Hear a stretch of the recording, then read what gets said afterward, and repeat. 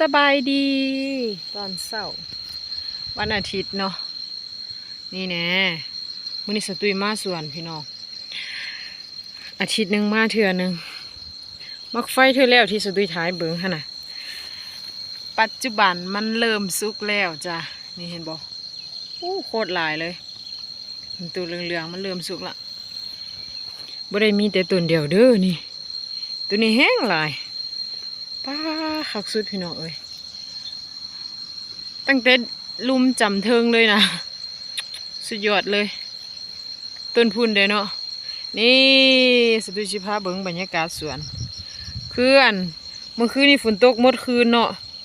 แล้วก็ตอนเช้านี่ก็ฝนตกหากะเช้าแล้วก็สตูก็มาคือแบบโอ้ธรรมศาสตร์บ้านเฮาพี่น้องเย็นสดชื่นเลยต้นมะฮงมะละกอเขาเอิ้นว่าต้นตัวผู้เนาะนี่เนาะพุ่นต้นนั่นเด้เยอะแยะมากมายเดี๋ยวสตูสิพาเบิ่งเด้อสิพากินเบิ่งว่ามันสุกระบ่แต่ว่ากินนี่สตูกินเบิ่งหน่อยหนึ่งมันสุกแล้วอันนี้คือฝั่งลาวเขาเอิ้นหมากไฟเนาะแต่ไม่แน่ใจฝั่งไทยเขาเรียกอะไรเดี๋ยวสตูสิเลือกเอาลูกที่แบบมันมันเอาเหลืองๆเนาะแล้วก็สิแกะเบิ่งมันเริ่มสุกแล้วนี่สิแกะเบิ่งเด้อมาคนเดียวข้างในมันสิเป็นสีม่วงๆอย่างสิเห็นบ่ชัดไหม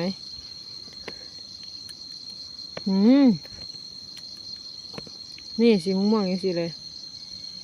งามพี่น้องบรรยากาศก็โคตรดีเลยเดี๋ยวสิกินให้เบิ่งเด้อ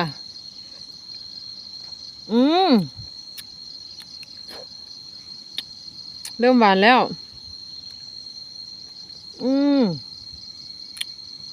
นี่ประมาณนี้นะอันนี้บ่แม่นของสตุยเนาะเป็นของแม่เฒ่านี่เป็นครั้งจังซี่เลยนี่เนื้อมัน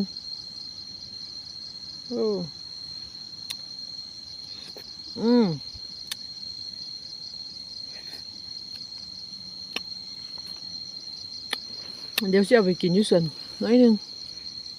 เดี๋ยวเอาตัวสุกเนาะกินลายก็บ่ดีมากอันนี้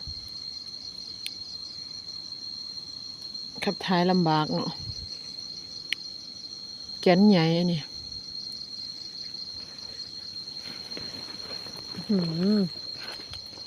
เห็นบ่ทางนี้โอ้ my god นี่เบิ้งยุกกล้องมันคือว่ายังดิบอยู่แต่ที่จริงมันสุกเลยเด้อเลือกเอาตัวสุกๆประมาณนี้นะคะสำนีพอแล้วเนาะนี่เดี๋ยวเราสิย่างไปกันจะดูสิภาพเบิ้งบรรยากาศเห็นบ่ต้นมะเขือมีผักแบบหลายเยอะแยะมากมายเลยสตูจับโทรศัพท์บ่ได้ใส่ไม้กันสั่นเด้อดูสิภาพเบิ้งมื้อนี้ภารกิจของสตูก็คือมาเก็บผักเนาะที่แม่บ่ค่อยสบายสตูก็เลยมาแทนคุณแม่มาเก็บผักหลังจากเก็บผักแล้วก็มีแผนว่าสิปลูกสาลีผักมาลาขี้นกสิปลูกสาลีแต่ว่าบ่แน่ใจว่าสตูสิเก็บผักแล้วไว้บ่เนาะบรรยากาศ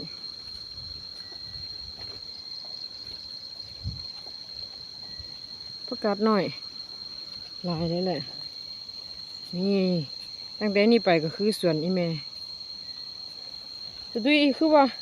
เมื่อนั้นสตุยมาเอามะละกอตัวสุกไว้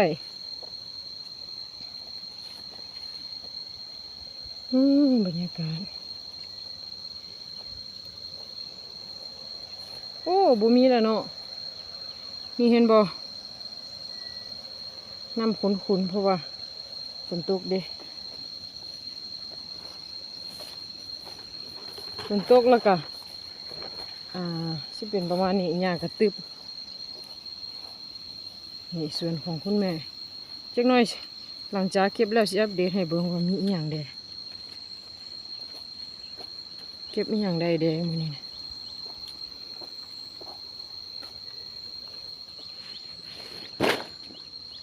ป ประมาณนี้เนาะสวนเนาะ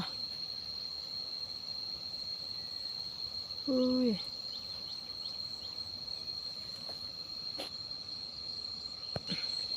ประมาณนี้เนาะส่วนอันนั้นเป็นฝักไงของเขาเจ้านี่ยอดฟักทองงามสุดบ่ยอดฟักทองสวยมากมะเพชรกระแดงสุกละหันนี่มะเพชรสุกละผักบุ้งมะละกอข้าวโพด